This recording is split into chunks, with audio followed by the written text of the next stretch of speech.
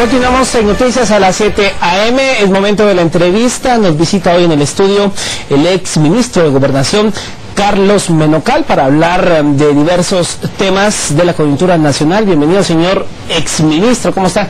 Mario, es un placer saludarlo y es un placer estar con ustedes en Canal Antiguo.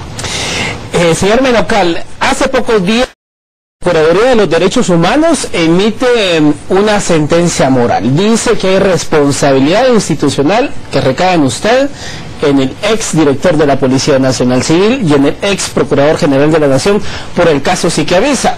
¿Se le consultó a usted, se le pidió informes durante su gestión respecto a este caso? Bueno, yo creo que es importante analizar la sentencia moral de la Procuraduría de los Derechos Humanos. Uno, analizarla en el contexto político, y dos, analizarla per se como tal, como técnicamente. La primera, en el contexto político, es importante reconocer y recordarle al pueblo de Guatemala que la sentencia ocurre justamente 48 horas después de que el presidente Pérez Molina se reuniera con la familia Siqueavisa, en donde el propio presidente ha ofrecido tener resultados en el caso. ¿Por qué digo que políticamente hay que analizarlo? Porque hay que recordar que el Procurador de los Derechos Humanos, el señor de León Duque, fue electo por el Partido Patriota, con las bancadas aliadas del Congreso, Procurador de los Derechos Humanos. Hay que recordar que él era diputado de Creo, y en una jugada política el propio presidente Pérez Molina le respalda antes en su candidatura y se logra que él sea Procurador de los Derechos Humanos. Punto 2, en la resolución es muy importante analizarla. Yo invito a los televidentes que lean con profundidad y con detenimiento la resolución, porque tiene varias cosas importantes. La primera, en la exposición de motivos, habla que la Procuraduría de los Derechos Humanos inicia una investigación, pesquisas en torno al caso cuando es denunciado por parte de la familia. 2, en la parte investigativa, da cuenta de que ha pedido información al ministro de Gobernación, entiéndase el actual, no al anterior. A mí en ningún momento como exministro me pidieron información, ni siquiera me citaron.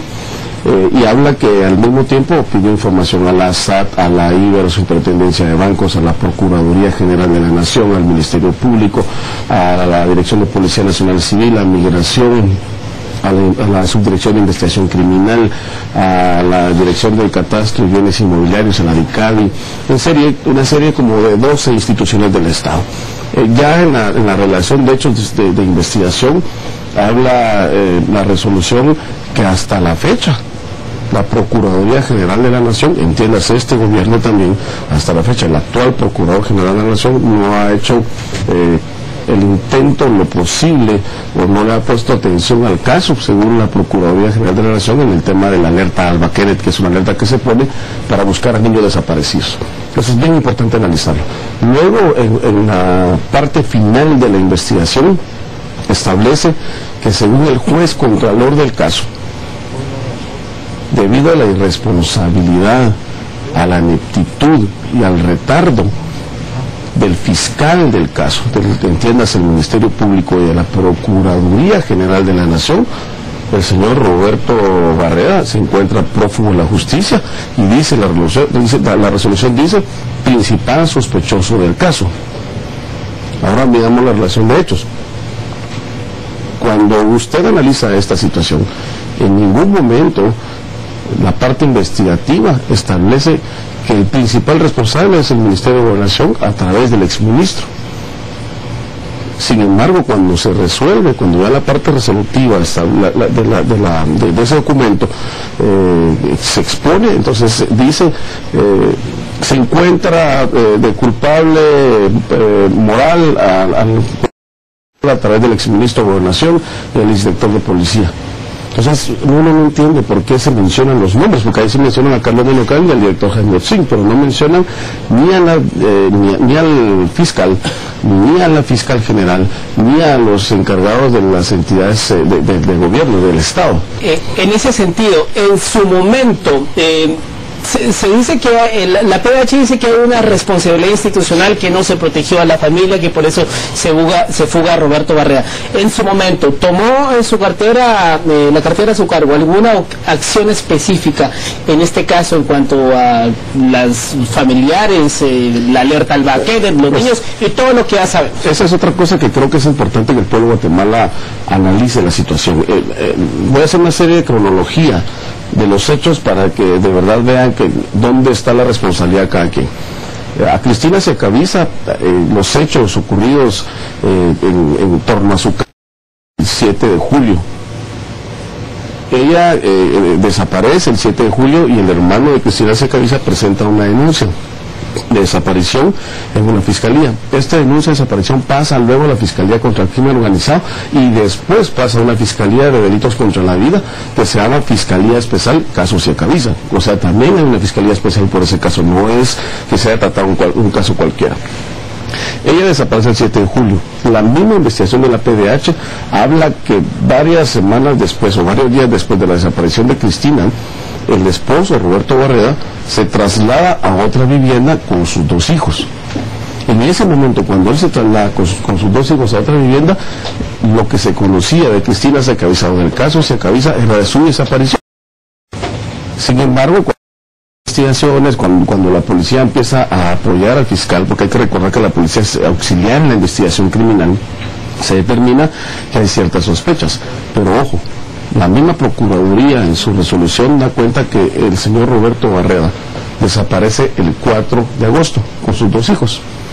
Ese 4 de agosto, cuando él desaparece con sus 2 hijos, casi un mes después del caso, no tenía orden de captura, no tenía ninguna restricción, los hijos no tenían ninguna alerta temprana, ni siquiera el propio fiscal ni el juez contralor del caso habían dado alguna orientación judicial en torno a los hijos y en torno a él. En ese momento él no era sospechoso de nada.